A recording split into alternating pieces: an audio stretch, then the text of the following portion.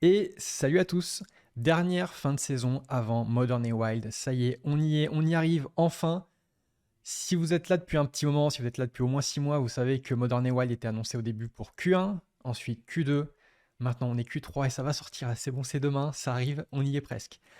Juste avant de commencer et de vous montrer un petit peu mes rewards, on va parler justement des updates qui arrivent la semaine prochaine. Donc ça va arriver très très vite. Et il y a du très très lourd. Il y a du très très très lourd qui a été annoncé. Il va y avoir des nouveaux focus. Bon, ça, il va y avoir Sneak, Snipe, Opportunity et pas mal d'autres focus. Euh, Désormais, même si on joue pas le Splinter du focus, on gagnera quand même des reward shares. Donc on ne sera pas obligé de jouer uniquement Fire, par exemple, si on a un focus Fire. On pourra s'amuser, on pourra jouer à d'autres Splinters.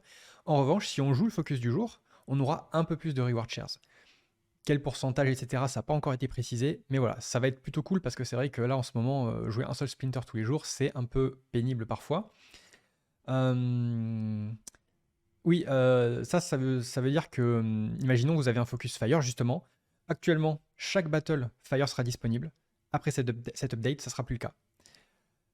Ensuite, les locations de cartes seront au minimum de 2 jours. Ça, c'est intéressant. Pourquoi? Parce que les bots ont tendance à louer les cartes pour une seule journée. Et c'est comme ça qu'ils optimisent leur gain. Là, en les forçant à rent pour 2 jours, et ça s'applique évidemment à nous, hein, les vrais joueurs, en les forçant à rent pour 2 jours, ça leur coûte 2 fois plus cher de rent, et donc leur retour sur investissement est plus faible. Donc ça, c'est un coup dur contre les bots, et vous allez voir que c'est pas le seul. Il va y avoir aussi des merits qui vont être ajoutés aux chest rewards. Alors, si vous ne savez pas ce que c'est, si vous faites partie d'une guilde et que vous participez aux Brawls, vous pouvez gagner des merits. Et les merits vous permettent notamment d'acheter des packs Gladius qui contiennent elles-mêmes des cartes qui sont un peu spécifiques et qu'on peut utiliser dans les Brawls. Ça, c'est intéressant. Pourquoi? Parce que les merits, on ne peut pas les vendre.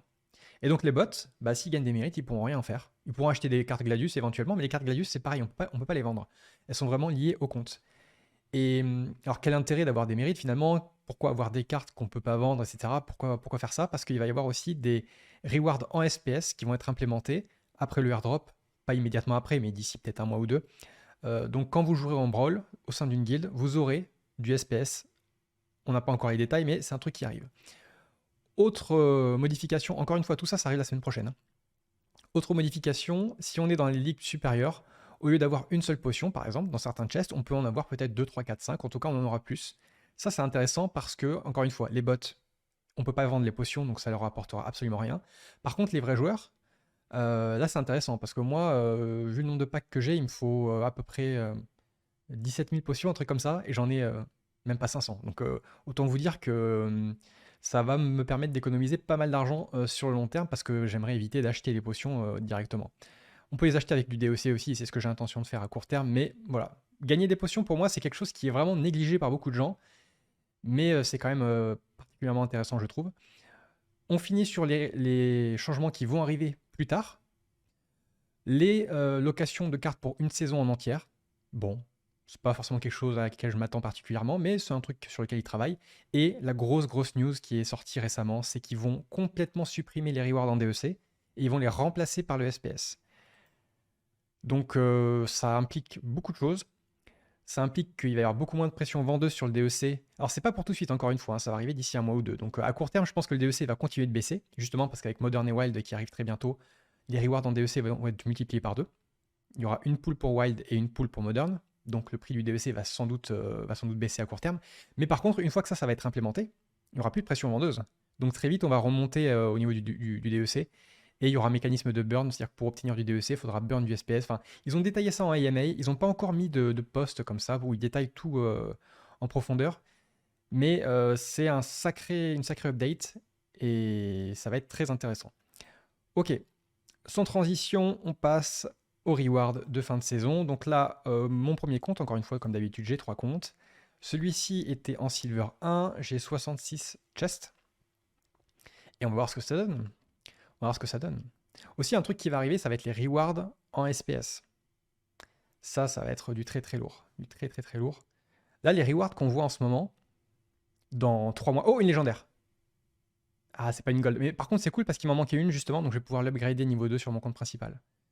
Oui, donc je disais, les rewards qu'on voit en ce moment, dans 2, 3 mois, on se dira ah ouais, ils gagnaient que ça à l'époque, les mecs? Ah, parce que dans 2, 3 mois, quand on aura les rewards en SPS, sachant en plus que le airdrop se termine dans 13 jours, qu'il y a Rift Watchers qui arrivent, qu'on pourra acheter uniquement en SPS, et qu'en plus on va voir les SPS Battle Rewards. Il va y avoir beaucoup moins de SPS qui va être distribué. Euh, ça va être la folie. Alors je le refresh pour voir un petit peu ce que ça vaut tout ça. Ça va être incroyable tout ça. 3,40$. Nickel. Donc ça faisait un petit moment que j'avais pas eu de légendaire d'ailleurs. Je me disais, j'ai pas trop de chance. Parce que même dans les rewards quotidiens en ce moment, j'ai pas eu grand chose à cette saison. Bon, la saison était plus courte, hein, elle a duré 13 jours. Donc voilà, bah, je suis content d'avoir Countess Inash, encore une fois, j'en avais que 2. Merde, j'ai pas cliqué sur le bon truc. J'en avais que 2, il m'en fallait une troisième. Au niveau 2, elle débloque Swiftness, donc elle rajoute un point de vitesse à tous les membres de l'équipe alliée, donc c'est un sacré upgrade. Donc là, mon deuxième compte était en Silver 2, et je crois qu'il y a eu à peu près 50 chests, quelque chose comme ça. Oula, beaucoup de potions. Encore une fois, moi, je suis pas mécontent d'avoir des potions, hein, c'est toujours utile. 1150 DEC ici, intéressant.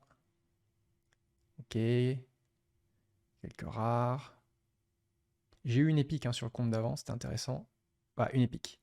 Ok, nickel. Et on va passer sur le dernier compte, le compte entre guillemets principal. Bon, encore une fois, avec Modern et Wild, je vais changer ma stratégie. Encore une fois, je vais renvoyer la plupart de mes cartes sur mon compte principal pour le ramener en gold. Là, ce compte-là, je l'ai laissé en Silver 1 cette saison. Je vous avais expliqué pourquoi la dernière fois. Alors, je vais refresh. On va voir si ça a déjà mis à jour. Non, pas encore. On va voir d'ici une minute. Donc là, oui, sur ce compte, du coup, comme la saison précédente, j'étais en gold, j'ai gagné des season rewards, des chests gold, donc j'en ai eu beaucoup moins puisque je jouais en silver. Donc je gagnais moins de reward shares, donc j'en ai une trentaine, hein, je crois. Alors, qu'est-ce que ça donne? Encore une fois, c'est toujours intéressant d'avoir des chests gold parce qu'il y a plus de probabilité d'avoir un truc sympa. Là, il y a 1800 DEC, plus de probabilité d'avoir une légendaire, une gold, quelque chose comme ça. Et ok, bon, une gold commune, c'est toujours ça. Encore une fois, vous voyez, à mon sens, la différence entre les chests silver et les chests gold ne justifie pas vraiment pour l'instant la différence d'investissement. Il faut vraiment investir beaucoup plus d'argent pour être en gold qu'en silver. Et on voit que les rewards ne sont pas forcément à la hauteur, quoi, pour l'instant. On verra après quand il y aura le SPS, etc. Ça sera une autre paire de manches. Donc 1,92$ pour mon compte en silver 2. Et mon compte en gold, je crois que mon compte en gold, c'est celui qui m'a rapporté le moins en plus, hein. C'est très possible. Et donc, mon compte en gold, il donne 2,53$, donc un peu plus que l'autre. Ouais, ok. Donc, globalement, j'ai gagné quoi? 6, 7, 8, un peu moins de 8$, je pense. Encore une fois, je pense que d'ici 2-3 mois, on regardera rétrospectivement, on se dira, ah ouais, on gagnait vraiment pas grand-chose à l'époque. Mais encore une fois, c'est intéressant. Encore une fois, c'est des NFT, des tokens.